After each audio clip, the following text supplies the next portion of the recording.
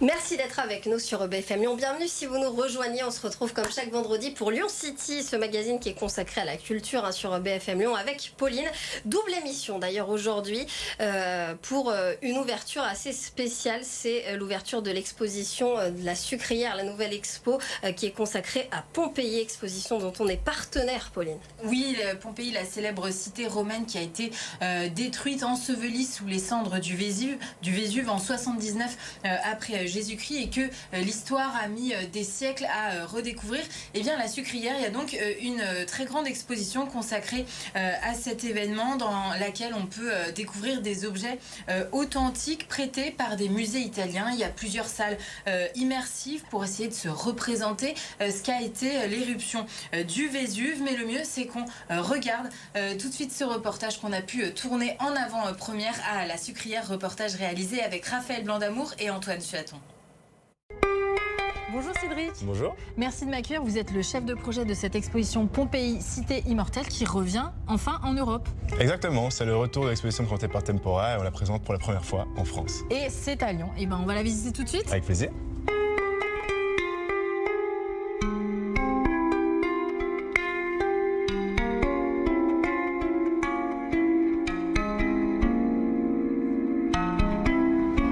Je vois qu'on est directement dans l'ambiance. On est ici à Pompéi. Pompéi, un bref rappel historique, ça se passe à quelle époque? Alors, on est ici en 79 après Jésus-Christ. On est à Pompéi, une petite ville romaine depuis plus d'une centaine d'années. C'est une ville prospère, une région extrêmement fertile, avec des vignes, des céréales, qui fait du commerce maritime. On est dans la baie de Naples, comme on peut le voir juste là, à côté du Vésuve. Un Vésuve qui avait donné quelques signes avant-coureurs, puisqu'une vingtaine d'années auparavant, un gros tremblement de terre avait détruit une partie de la ville. On est dans une ville en partie en reconstruction, et évidemment connue à cause de la catastrophe, cette éruption du Vésuve qui arrive en plusieurs temps, avec des petits tremblements de terre un petit peu avant la catastrophe. Une éruption qui arrive aux alentours de midi. Et comme on peut le voir là, on est le matin à Pompéi, un tremblement de terre qui commence à détruire une partie de la ville. Alors les gens ont l'habitude des tremblements de terre, c'est un tremblement de terre un petit peu plus grand qui rappelle justement ce tremblement de terre d'il y a une vingtaine d'années. Et puis dans un deuxième temps, le ciel va s'obscurcir et le bouchon volcanique va exploser, donc on a des projections... C'est ce qu'on voit là. On se rend vraiment compte dans cette salle de ce qui se passe en fait. Ouais, l'idée c'est vraiment pour le visiteur de pouvoir revivre une partie de la destruction de la ville. Et donc on arrive à un moment dans une certaine accalmie, les gens se sont réfugiés chez eux pour éviter les projections, les cendres chaudes, etc.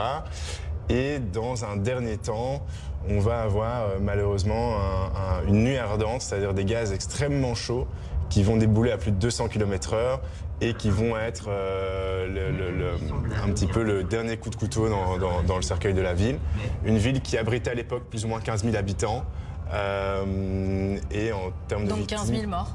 Alors il y a plus ou moins 2 000 morts dans la ville de Pompéi, 20 000 dans la région. D'accord. Puisque comme j'expliquais, il y a eu des signes avant-coureurs, des personnes ont pu s'échapper, ont pu s'éloigner de la catastrophe. Ici on constate du coup le nuage ardent qui arrivait extrêmement vite, qui n'a laissé malheureusement aucune chance aux victimes. Et alors, pourquoi c'est exceptionnel en termes d'archéologie?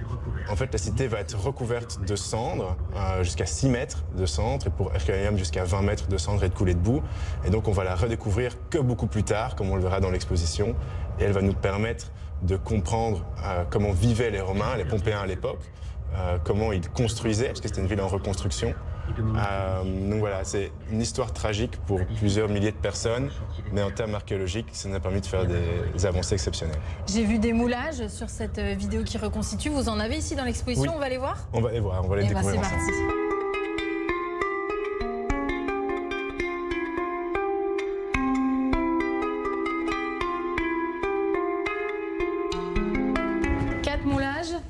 On a donc 2 adultes, un enfant, un chien. D'où viennent ces moulages? Alors, c'est une technique archéologique qu'un archéologue qui s'appelle Giuseppe Fiorelli découvre au XIXe siècle. En fait, il se rend compte, en travaillant sur le site de Pompéi, que la cendre, ayant solidifié très rapidement à l'époque, a laissé une sorte de gangue, une sorte d'enveloppe vide dans laquelle il y a des ossements. Une coque un peu? Exactement. Et donc, il décide d'injecter du plâtre de le laisser sécher et de le dégager. Et il se rend compte en fait qu'il dégage des corps humains ou d'animaux sur lesquels on peut encore lire certaines de leurs émotions. Donc c'est extrêmement touchant et c'est extrêmement fort. La personne est décédée dans cette position. Oui. Donc je comprends qu'on a mis des années à découvrir l'histoire de Pompéi. L'histoire de Pompéi ne date pas de 79 après Jésus-Christ en fait.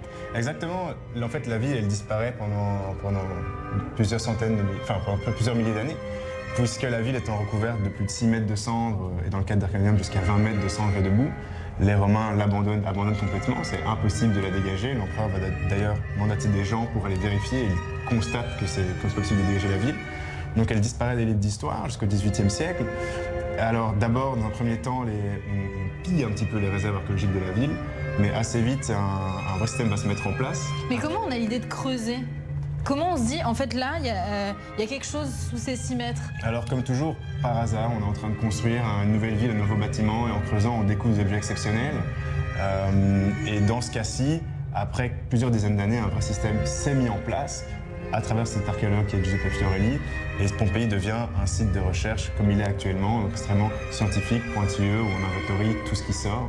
Et actuellement, on est toujours en train d'étudier Pompéi? Exactement, on est toujours en train d'étudier Pompéi. Il y a des archéologues sur place là? Il y a des archéologues sur place à Pompéi et Herculaneum. Toutes les semaines, tous les mois, on redécouvre des choses. C'est extrêmement intéressant à suivre. Donc voilà, c'est une histoire qui ne s'arrête pas. Herculaneum est encore en grande partie, par exemple, enterré sous la ville d'Herculano en Italie. Et Pompéi a encore beaucoup de secrets à nous livrer. Et pour autant, dans l'exposition, vous avez de nombreux objets. Vous essayez de reconstituer l'histoire et la vie à l'époque. On va voir, vous me montrez? Avec plaisir.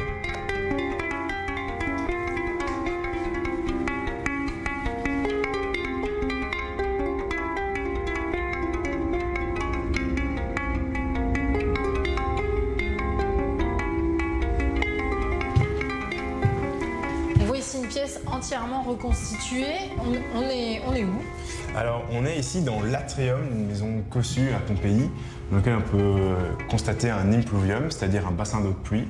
Donc le toit qui est en pente ici va récupérer les eaux de pluie dans ce petit bassin qui va ensuite le dispatcher.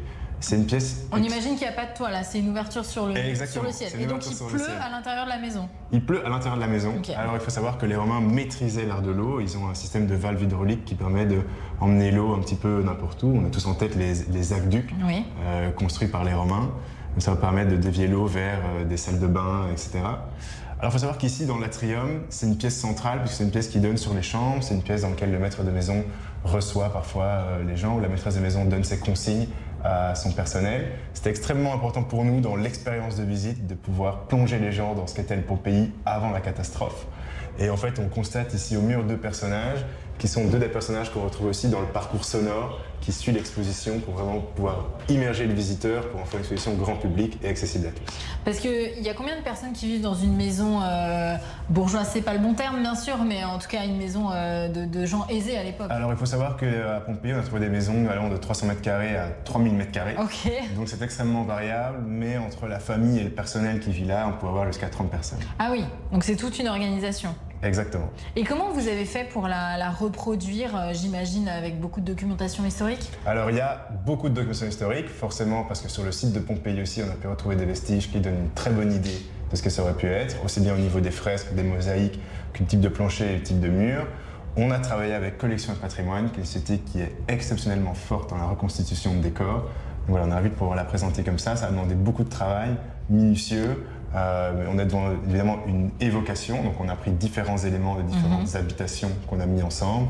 Et ça permet aussi de comprendre ce à quoi ressemble une maison et aussi à quel point pour les Romains, l'eau et la gestion de l'eau étaient importantes. Et bien on peut découvrir maintenant les objets qui constituaient la vie de l'époque. Avec plaisir.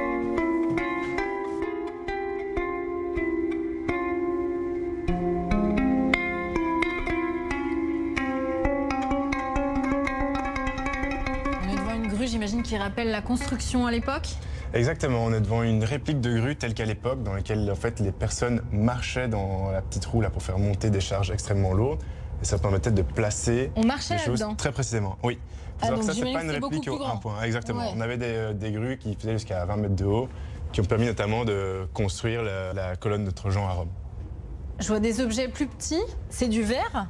C'est du verre soufflé. Les Pompéens à l'époque maîtrisaient déjà cet art Et dans ce cas spécifique, c'était des fioles à parfum. Donc c'est extrêmement intéressant de se rendre Qui ont compte 2000 ans. déjà, il y a 2000 ans, on maîtrisait cet art-là. Ouais. Intéressant, en effet.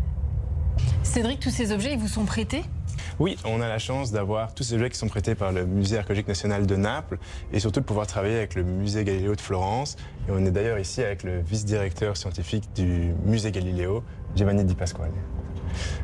Hello, good morning. Thank you, Cédric. We are here in front of a very special. Merci Cédric. On est ici devant deux objets très particuliers de la vie quotidienne de cette époque romaine. Le premier à gauche est une balance sur laquelle il faut deux poids égaux, ce qui était très banal à l'époque, mais aussi assez compliqué, car il fallait trouver les poids exacts face à un objet pour le peser. À droite, une autre balance, inventée par la civilisation romaine, qui va permettre de révolutionner la pesée des objets. Cette balance n'a plus qu'un seul bras, et il suffit de déplacer sur l'autre un poids de 2 kg et de le multiplier par la mesure obtenue. That allows everybody to know exactly the weight of the object in the middle of the plate. Thank you Giovanni, merci Cédric pour cette visite. Avec plaisir. Il reste plein de choses à découvrir, évidemment on ne vous a pas tout montré et pour cela cette exposition consacrée à Pompéi est visible ici à la Sucrière jusqu'au 27 juillet, exposition dont BFM Lyon est partenaire. Bonne visite à tous.